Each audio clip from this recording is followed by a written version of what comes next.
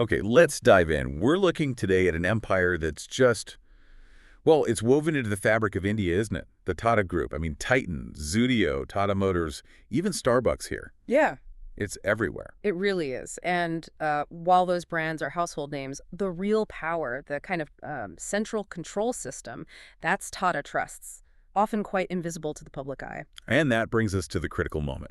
October 9th, 2024, Ratan Tata passes away. A huge figure, decades at the helm. The nation grieves, but inside the group. Inside, that grease immediately turned into, well, intense uncertainty, high stakes. Who controls this massive conglomerate now? That moment, really. That's where our story kicks off. Exactly. So our mission here in this deep dive is to track what happened right after. Specifically, this pretty ferocious governance battle inside Tata Trusts. Because remember, the trusts control the whole show. And why it mattered so much, not just to the company, but potentially to the wider Indian economy. It's fascinating looking at the sources, just how quickly things moved. There wasn't much waiting around, was there? No, not at all. It feels like the new guard, or potential new guard, moved almost instantly to sort of stake their claim, draw lines in the sand. Okay, so before the boardroom drama, let's just quickly paint the picture of the structure for everyone. It's like a pyramid, right? Uh-huh. At the base, you have all the operating companies, steel, cars, hotels, you name it. They all report up into Tata Sons. That's the main holding company. Correct. But, crucially, sitting above Tata Sons, holding the majority stake, controlling everything, that's Tata Trusts, the apex. Which is why the first big move happened right there at the trusts. Yes. Just 2 days after Ratan Tata's passing, his half-brother, Noel Tata, was appointed the new chairman of Tata Trusts. Wow, 2 days. That's fast. Very fast. A clear signal, really. Keeping control within that immediate family circle, securing the legacy, perhaps. And then came the first board meeting without Ratan Tata's presence. And they passed this. Well, you called it the fire starter resolution in the prep. Tell us about that. Right. So the board passed a new governance rule. It stated that when a trustee's term was up for renewal, if they were reappointed, that reappointment would now be for life. For life. Okay, that sounds significant. But why the urgency? What was the catch? Well, there's a very tricky caveat attached. The rule also said that if any board member voted against another trustee's reappointment, Yes. that objecting member would automatically be deemed unfit to remain on the board themselves. Whoa. Okay. So it wasn't just about staying on for life. It was like a loyalty test. You could see it that way. It essentially forced unanimity. You couldn't challenge anyone else if you wanted to keep your own seat. It was a mechanism, arguably, to consolidate power around the new chairman, to ensure maybe an iron grip. A preemptive strike, almost, because they knew trouble might be brewing. Possibly. Or just ensuring stability during a massive transition. But yes, it was definitely a defensive move, and maybe timely, because while they were doing this internally, there was this huge external pressure building. The IPO. The mandatory Tata Sons IPO, exactly. All right, let's unpack that. The Reserve Bank of India, the RBI, had stepped in back in 2022. They classified Tata Sons as something called an upper layer NBFC. NBFC being non-banking financial company. Right. An upper layer basically meant the RBI saw Tata Sons as like systemically important, almost like a giant shadow bank. It was so big and interconnected. And because of that classification, the RBI mandated it had to list on the stock exchange, become a public company within 3 years. 3 years, which set a hard deadline, didn't it? A very firm deadline, September 30th, 2025, non-negotiable. And this listing wasn't just procedural. For one major shareholder, it was absolutely critical. You're talking about the Shapurji Palanji Group, the SP Group. They hold about 18% of Tata Sons, a legacy stake, huge value. Huge is right. The sources estimate it was worth nearly 3 lakh crore. That's what, around 36 billion US dollars? Something in that ballpark, yes. A massive, massive asset tied up in Tata Sons, stemming from decades of the Mystery family's involvement. Okay, but here's the crunch. The SP Group wasn't just sitting pretty on this valuable stake. The sources paint a picture of, well, serious financial distress by 2025. That's putting it mildly. They were reportedly struggling under more than 55,000 crore in debt. That's over $6.5 billion. And facing a huge repayment deadline of their own $1.2 billion due in December 2025. So, yeah, that Tata Sons IPO, it wasn't just nice to have, it was their lifeline, their only realistic way to unlock the value of that 18% stake and pay down that crushing debt. The numbers show just how desperate things were. They'd already sold off assets like the Gopalpur port. For about 2,000 crores, yes. And they'd issued this bond, a $3.25 billion bond, at an interest rate of, get this, 19.75%. 19.75%. That's an eye-watering yield. It screams desperation, frankly. You only offer that kind of return if you absolutely have to. Exactly. So the SB Group is pushing, probably frantically, for this IPO. But it didn't happen by the deadline. It did not. Tata Sons, remember, controlled by the trusts, formally wrote to the RBI. They asked for a review of that MBFC classification. Which was basically asking to get out of the IPO requirement, right? A way to avoid listing. It's essentially, yes. Seeking an exemption. Okay, hold on. If the SP Group needed this IPO for survival, why would Tata Trust, the majority owner, actively block it, risking a massive fight with their second biggest shareholder? Yeah. What was so bad about listing? It boils down to control versus market exposure. The trusts fund their vast charitable work primarily through the dividends they receive from Tata Sons. They rely on that income being stable, predictable, going public. That means subjecting Tata Sons to market volatility, quarterly earnings pressure, much stricter regulations, shareholder demands. It could make those dividend flows less predictable. And potentially limit the trust's freedom to operate, maybe direct strategy long term. Precisely. It could limit their autonomy, their ability to plan huge multi-year philanthropic projects. So from the trust's perspective, protecting their funding stream and their control probably outweighed the benefit of unlocking value for a minority shareholder like the SD Group, even one in distress. Right. So the internal power consolidation, those lifetime rules, they were partly about having the unified front needed to resist this external IPO pressure. That seems a very plausible reading, yes. But the irony is that very attempt to enforce unity internally, it started to crack things open instead. Ah, okay. So the tensions begin to surface within the trusts themselves. They did, quite quickly. And it seemed to center initially around opposition to a very key figure from the Ratan Tata era. Who was that? A trustee named Vijay Singh. He's a former defense secretary, was known to be a close confidant of Ratan Tata. Okay, a heavyweight. And what happened? Well, a block of 4 other trustees reportedly opposed his reappointment as the trust nominee onto the Tata Sons board. This block was Meli Mistry, Pramit Chaveri, Darius Khambhata, and Jahangir H.C. Jahangir. Meli Mistry. We'll hear that name again. Why did they oppose Singh? The official reasons weren't entirely clear from the outside, but the sources strongly suggest it was basically a power struggle, jockeying for influence for key senior roles in the new setup. So the first real crack appears. Yeah. What was the outcome? Singh actually resigned from the Tata Sons board position, though, importantly, he remained a trustee of the trusts themselves. But it was the first visible sign of division. And did it stop there? Oh, no. It seems like there was a quick sort of tit-for-tat move.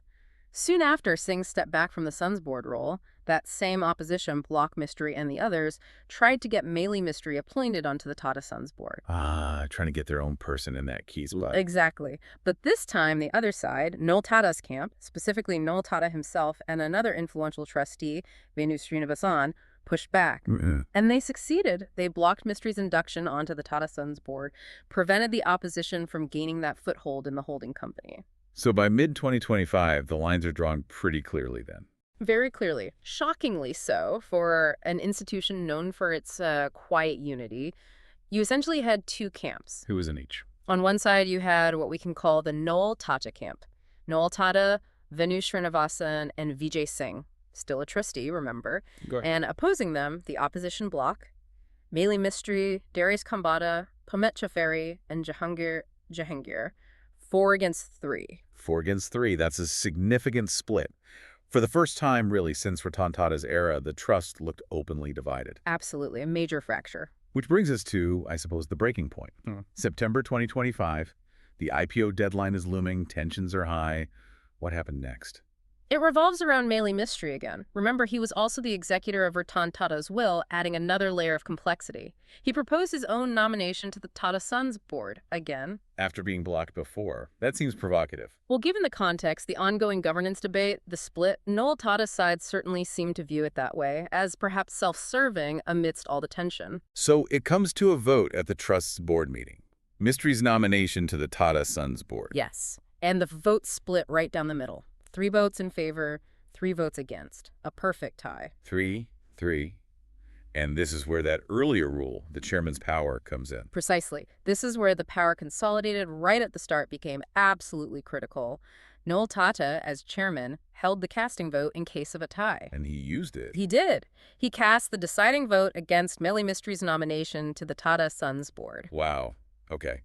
The ultimate power play deployed. But it wasn't over yet. Just days later, another crucial vote came up. Meli Mistry's own 3-year term as a trustee was up for renewal. The moment of truth for him, based on those new lifetime appointment rules. Exactly. And guess what happened when the vote was called on renewing Mistry's trusteeship? Let me guess. 3-3 again. You got it. Another perfect 3-3 split along camp lines. And Noel Tata again. Noel Tata again cast the deciding vote, this time against renewing Meli Mistry's term, forcing him out of the Tata trusts entirely. So the opposition leader, effectively, is purged using the chairman's tight remaining power. That's how it played out, and the fallout was instant. I can imagine. What did Mistry do? He immediately filed something called a legal caveat, which is basically a notice saying, I'm preparing to take this to court. It signaled a potential long, messy, public legal battle. Dragging the secretive trusts into the spotlight. And what about the SP group during all this? They saw their chance, perhaps. With the trusts clearly in turmoil, they publicly renewed their calls for the Tata Sons IPO. They framed it as a need for transparency and governance accountability, turning up the heat. So now you have internal war, a looming external legal battle, and the IPO pressure intensifying.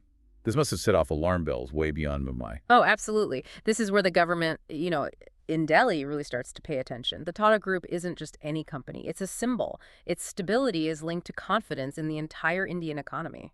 A globally respected conglomerate suddenly looking unstable? Yeah, that's a national issue. Definitely seen as a matter of national interest, which led to, well, a rather remarkable intervention. What happened? In early October 2025, key figures from both camps, specifically Noel Tata and Venu Srinivasan from one side, and Darius Khambata, representing the Mistry faction, were reportedly summoned to Delhi.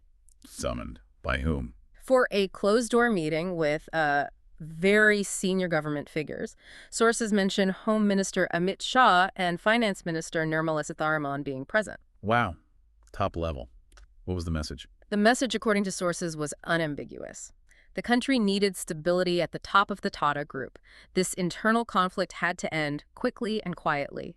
It was framed as being vital for national economic confidence. Direct pressure from the highest levels. Did it work? It seems to have had a profound effect. Within weeks of that Delhi meeting, things changed dramatically. How so? Meli Mistry withdrew his legal caveat. The threat of a court battle vanished. And then, on November 4th, he formally resigned as a trustee. He just walked away after all that. He did. And apparently, his exit letter included a line stating he did not wish to be a source of discord. And it reportedly concluded with a quote often used by Ratan Tata himself. Which was? Nobody is bigger than the institution it serves. A very poignant, perhaps slightly forced end to that chapter. Poetic, in a way. But yes, it effectively ended the immediate crisis. The board was now firmly back under Noel Tata's control. But at a cost, surely. A significant cost, yes. That carefully cultivated image of the Tata trusts as this monolithic, united, almost unbreakable entity, that was damaged, maybe permanently. The old guard, the figures associated with Mistry's bloc, were effectively gone. So let's just synthesize this. We started with Ratan Tata's passing, then this internal governance move designed to enforce unity, the lifetime rule with the unfit clause. Right, the rule meant to stop dissent. But ironically, that very rule became the mechanism that exposed and, you could argue, worsened the deep divisions inside. This internal fight was then amplified by the external pressure from the SD group, desperate for the IPO because of their own financial cliff edge. Which the trusts resisted, prioritizing their own stability. And the whole thing got so messy, so potentially destabilizing for the broader economy, that it required essentially direct government intervention to force a resolution. A quiet intervention, but decisive. So the trust survived. Noel Tata consolidated control. But as the sources suggest, they don't quite look unbreakable anymore. No, the facade cracked. And even though the IPO didn't happen then, the demand for transparency, for accountability, it's out there now. Much more publicly. Which leaves us, and you, the listener, with something to think about, doesn't it? A final provocative thought. Given everything we've seen, The immense power concentrated in that chairman's casting vote, the potential for internal factions, and now this precedent of government stepping in when things get rocky, defining stability as a national interest. What does it really take? Yet, what systems, what checks and balances can truly safeguard both the independence and the vital philanthropic mission of an institution as huge and influential as Tata Trusts in the long run? How do you ensure stability without resorting to, well, either internal strong-arming or external political nudges? That's the multi-billion-dollar question, isn't it? Something to ponder as this giant continues to shape India's future.